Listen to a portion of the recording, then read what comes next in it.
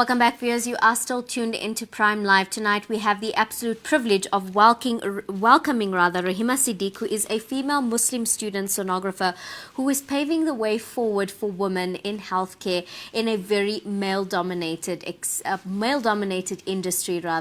Welcome, Raheema. Thank you so much for joining us on Prime Live. Thank you so much for having me.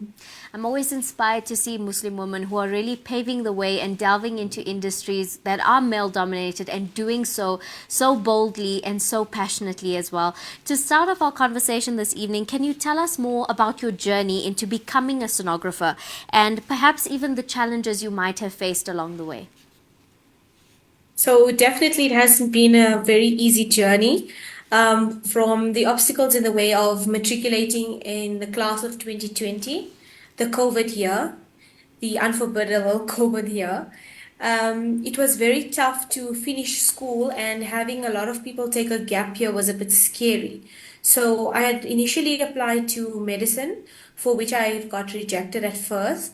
And being afraid of taking a gap year, I decided to just go for my backup option, which was education. But a few months within starting the degree, I really felt like my heart was calling out to me from the medical field. So I tried again to apply for diagnostic ultrasound, which is, I'm currently in my third year now. It was a very uh, field that people not really know of. It's an unseen part of medical imaging, diagnostic ultrasound. So we specialize in ultrasound to take internal images of the body and we're basically the investigators. We're trying to find out what is causing the patient's symptoms, trying to get them an answer to what they're experiencing. So in order to get into it, I had to actually go back to school and add on life sciences onto my matric certificate because I didn't do life science at school. So I had to literally go back just for a year to an adult learning center, add on the subject. And, it was tough traveling all the way to Soweto, writing my exams, coming back. And then finally, at the beginning of the academic year, I got the call that I was selected out of a large number of candidates at a UJ accredited training center. And once you have secured that, then I got into the degree. But saying that, it's very small, very few candidates, so it was extremely tough to get in. But I'm very glad that I got in because I'm really enjoying it. And we are so proud to see you doing so well. Thank you for sharing your journey with us. I think it's going to inspire so many young people to be persistent when it comes to achieving their dreams. Now, as I mentioned in the introduction, the field of healthcare that you've decided to go into is a very male-dominated space, and it's very uncommon to find a Muslim woman in that particular group or that particular industry.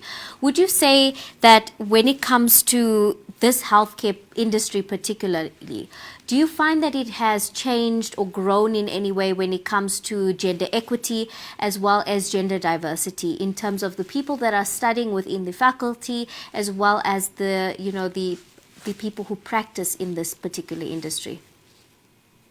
So starting off, I would say it is actually the opposite way that you'd think of it. It's actually a female-dominated career. So that could actually pose a problem when it comes to the male patients, because as comforting as we are for female patients not to be scanned by male patients feel the same way. They would like to also be scanned by male sonographers. So starting off, it was very female dominated, but I am seeing from the number of students in the class and the years coming, there are now more males that are interested in this field as well. Because a lot of people, I feel like they still don't know the field as well. So every time, a patient will come in and they'll joke and they'll be like, oh, am I having twins? Am I pregnant? So they only think it's for pregnancies. So a lot of people don't really know the depths of ultrasound and what it can be used for. So I think in terms of gender, I see a lot of males are coming, so it's slowly starting to balance out, but it's still very female dominated. Thank you for sharing that bit of information with us. And thank you for sharing with us that ultrasound can be used for so much more than just pregnancy scans. That's very, very interesting. Thank you for sharing that. But when it comes to your faith, how do you provide or how do you tailor or how do you incorporate rather your faith when it comes to your philosophy on patient care and the way you are in your day-to-day life as a student sonographer? Yes, so definitely I think faith plays an important role in a person's, I think, character development, their personality, how they are with people. So I would say that my faith has played a large role in my life, as well as the way my parents have generally just brought me up. I would say I'm very kind, compassionate towards patients because that's what our faith has always encouraged us to treat and respect all forms of life. So definitely, I think that has reflected out to patients.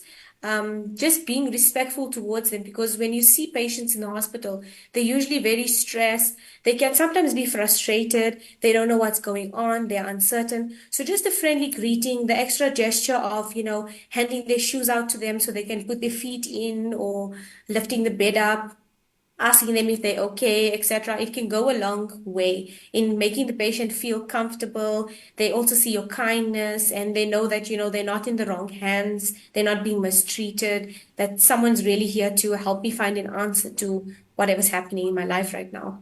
Absolutely. A little bit of kindness and compassion can go a long way when it comes to patient care and, their mental health undergoing all the physical ailments and treatments that they're undergoing. In closing, if there are any young people out there who are looking to you for guidance and advice from your experience and the journey you've shared with us, what would be your 3 best tips that you could share with them? So I'd definitely say, coming out of matric, you're expected to know what you want to basically do in terms of your life, in terms of your career. And it's not very easy to ask a 17, 18-year-old, like, what are you going to do for the rest of your life? So I'd definitely say to do a lot of research, explore, spend your years shadowing, and never give up. If you really feel that there's something you'd want to go into, I don't think you should give up. You should try your best. If not again, try one more time, try again until you get in. And if you're really passionate about that, I would just really hint to not give up. Have a good support system around you. For me, it was my family, my friends. They really encouraged me to go through with this. It was a bit of a shock to change careers. It's always scary for parents, but I think having a good support system is definitely helpful. I think that's Yeah. some powerful advice that you shared. Rahima, thank you so much for sharing your journey Thank and you. sharing your journey so genuinely, so honestly. I think in your journey and in sharing and being vulnerable, I think you will inspire so many and give a lot of hope to those that are perhaps sitting in a career path, maybe in first year or second year, and they're quite unsure of where they should be and not be afraid to go back and start again. Rahima, thank you so much for joining us this evening. We love to see Muslim women like yourself doing incredible things. Keep inspiring and keep prospering as well. Thank you for joining us. Thank you so much for having me. Viewers at home, that was Raheema, a student sonographer. Absolutely amazing to see women in the industry who are thriving, and more importantly, young people who are more than willing to share their journey, to share their ambition, and to share their resilience. It's absolutely inspiring to see.